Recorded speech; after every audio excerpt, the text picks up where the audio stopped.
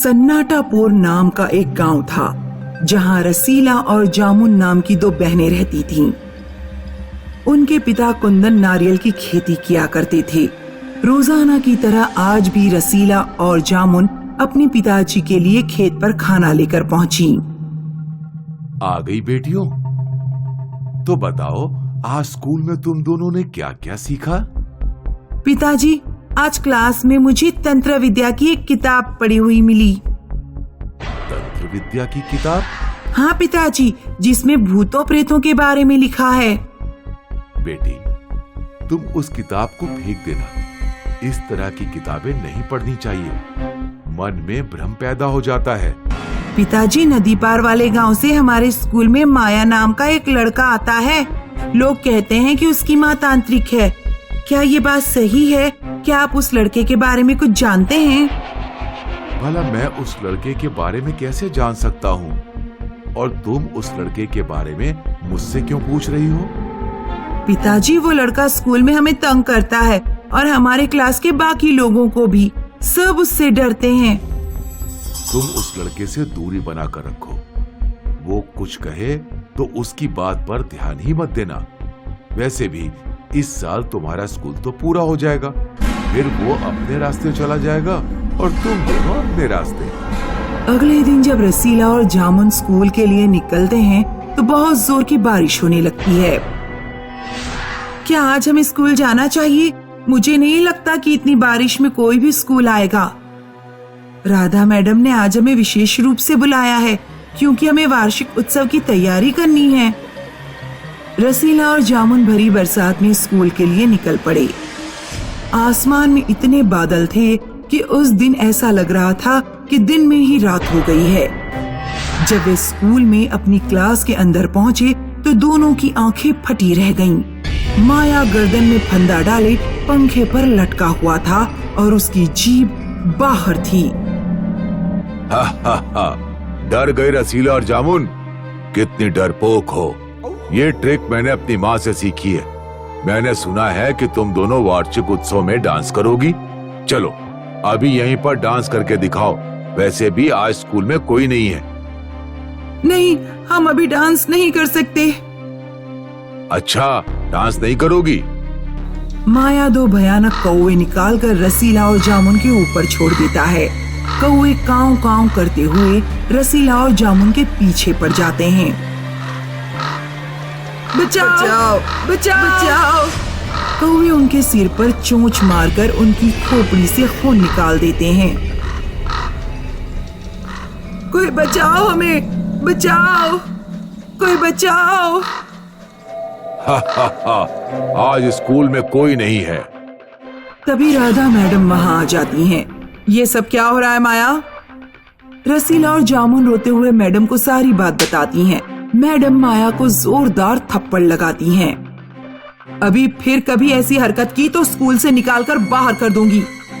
रसीला और जामुन, इस थप्पड़ की तुम्हें बहुत बड़ी कीमत चुकानी पड़ेगी। उधर कुंदन खेत पर नारियल के पेड़ गिन रहा था। 47, 48, 49, 50, 51। अरे एक पेड़ फालतू कैसे? खेत में तो 85 पेड़ थे और इस पर नारियल भी इतने बड़े बड़े लगे हुए हैं। कुंदन पेड़ पर चढ़कर एक नारियल तोड़ लेता है और उसका पानी पीकर देखता है। अरे वाह, इस नारियल पानी में तो बहुत स्वाद है। रसीला और जामुन के लिए भी एक ले लेता है। कुंदन 91 पेड़ के नारियल अपने घर लेकर पहुंचा। उसने देखा कि जामुन और रसीला के सिर पर पट्टी बंधी हुई है। अरे ये क्या हो गया बेटियों? क्या तुम कहीं गिर पड़ी थी? रसीला और जामुन पिताजी को सारी बात बताती हैं। बेटा, किसी से लड़ना भिड़ना ठीक नहीं। अब जो हो गया सो हो गया। लो, तुम ये नारियल पानी पियो, इससे तुम्हें आराम मिलेगा। रसीला और जामुन नारियल पानी पी लेती हैं। रात के अंधेरे में रसीला जब सो रही थी तो अचानक किसी ने उसके ऊपर नारियल फेंका। रसीला घबराकर उठ गई। कौन है? कौन है वहाँ? तेरी मौत। जामुन रसीला का गला घोटने लगती है।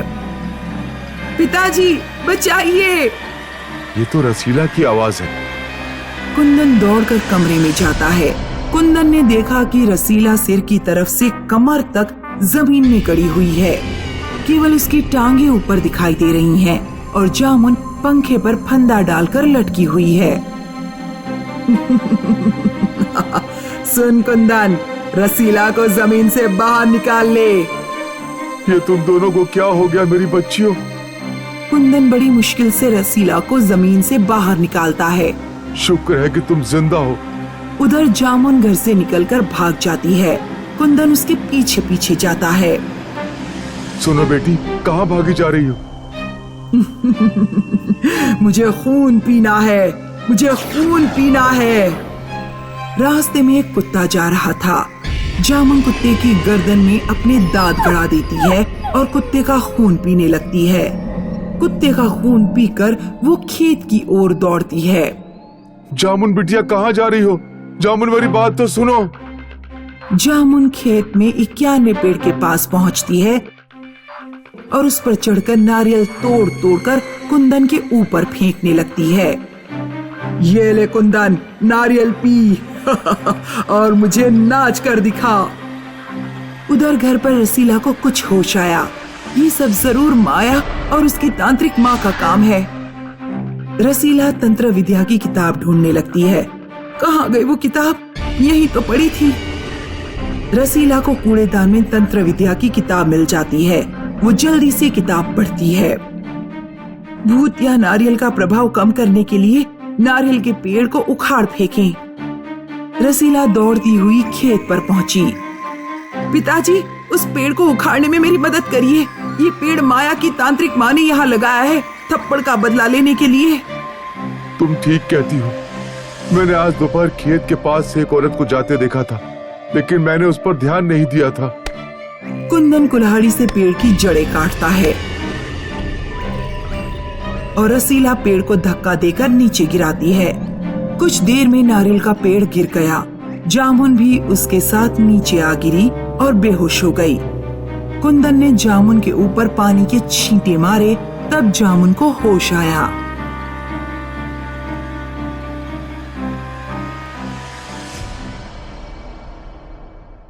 ये बात है 1995 की। गोरखपुर शहर के सिटी हॉस्पिटल में सुनीता नाम की एक नर्स काम करती थी।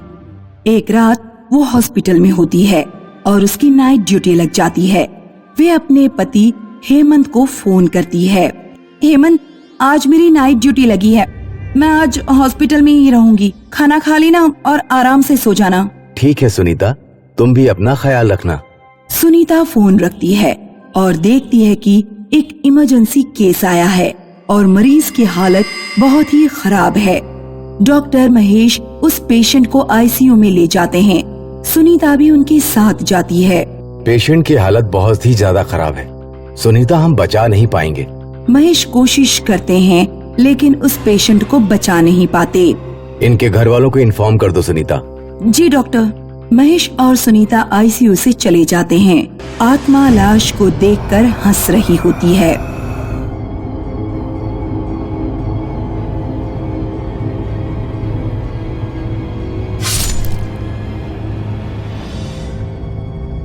मृत के पिता गुस्से में महेश के केबिन में आते हैं। आप लोग हॉस्पिटल के नाम पर ऐसा अपराध कर रहे हैं, शर्म नहीं आती? अरे अरे, ये आप लोग क्या कह रहे हैं? हमारे बेटे का कार एक्सीडेंट हुआ और आप लोगों ने कहा कि आप उसे बचा नहीं पाए, लेकिन सच तो ये है कि आप लोगों ने ही मेरे बेटे को मारा है, उसकी दोनों किडनी निकालने के लिए। ये आप क्या कह रहे हैं? महेश और सुनीता लाश के पास आते हैं और देखते हैं कि दोनों किडनी निकली हुई हैं। महेश बुरी तरह से डर जाता है। मैं इस हॉस्पिटल के खिलाफ सख्त कार्रवाई करूंगा। आत्मा उन्हें देखकर हंस रही है। अब इस हॉस्पिटल की शुरू होगी बर्बादी। हॉस्पिटल में किडनी चुराने के केसेस बढ़ने लगते हैं। इन घटनाओं के कारण हॉस्पिटल का नाम खराब हो रहा होता है। अखबारों में खबरें छप रही होती हैं। एक रात महेश अपने केबिन में बैठा है, तभी वहाँ सुनीता आती है। क्या हुआ डॉक्टर, आप बहुत ज्यादा परेशान लग रहे हैं। वो वापस आ गई है सुनीता, कामनी ही है, वो मैं जानता हूँ, उसी ने किया है ये सब। कामिनी कौन? तुमने 1 महीने पहले ही ज्वाइन किया है ना, तुमसे पहले मुझे कामिनी असिस्ट करती थी। वो एक होशियार नर्स थी, लेकिन वो एक मोहित नाम के लड़के से प्यार करती थी, जिसका हॉस्पिटल में बहुत आना जाना था। मोहित ने प्लान बनाया कि क्यों ना वो किडनी की तस्करी करे। प्यार में कामिनी सही गलत भी भूल गई और मोहित के कहने पर किडनी की तस्करी करने लगी। एक दिन उसका ये सच सामने आ गया। मोहित और उसकी सारी गैंग को गिरफ्तार कर लिया, लेकिन कामिनी किसी तरह से भाग गई और सुनने में आया कि उसने आत्महत्या कर ली। महेश सुनीता को कामिनी के बारे में बता ही रहा होता है कि कामिनी उसके सामने आ जाती है। क्यों डॉक्टर, मेरे बारे में बता रहे थे इसे? हाँ? महेश और सुनीता डर जाते हैं। तुम सबकी वजह से मुझसे मेरा प्यार छीन गया। मैं इस हॉस्पिटल को बर्बाद कर दूंगी, तुम सबको बर्बाद कर दूंगी। जो कुछ भी हुआ उसमें तुम्हारी गलती है। तुमने किडनी बेचने का अपराध किया, जिसकी सजा तुम्हें मिली। कामिनी को इस बात पर गुस्सा आ जाता है और वो महेश को जोर से चांटा मारती है और उसके सिर से खून बहने लगता है। देर रात हॉस्पिटल में एक मरीज आता है जिसके पेट में बहुत दर्द हो रहा होता है। वो मरीज डॉक्टर महेश के कैबिन में आता है। इस हॉस्पिटल का इतना नाम खराब है, लेकिन क्या करूं, पेट दर्द हो रहा है और यही हॉस्पिटल घर के पास है। जल्दी से दवाई लेकर निकल जाता हूं यहाँ से। डॉक्टर, पेट में बहुत दर्द है, ठीक से चला भी नहीं जा रहा है। मरीज देखता है कि सुनीता डॉक्टर के सिर पे दवाई लगा रही है। अरे ये क्या हो रहा है डॉक्टर साहब को? वो गलती से पैर फिसल गया डॉक्टर का। आइए मैं आपका चेकअप कर देती हूँ। किडनी निकालने का वक्त आ गया है।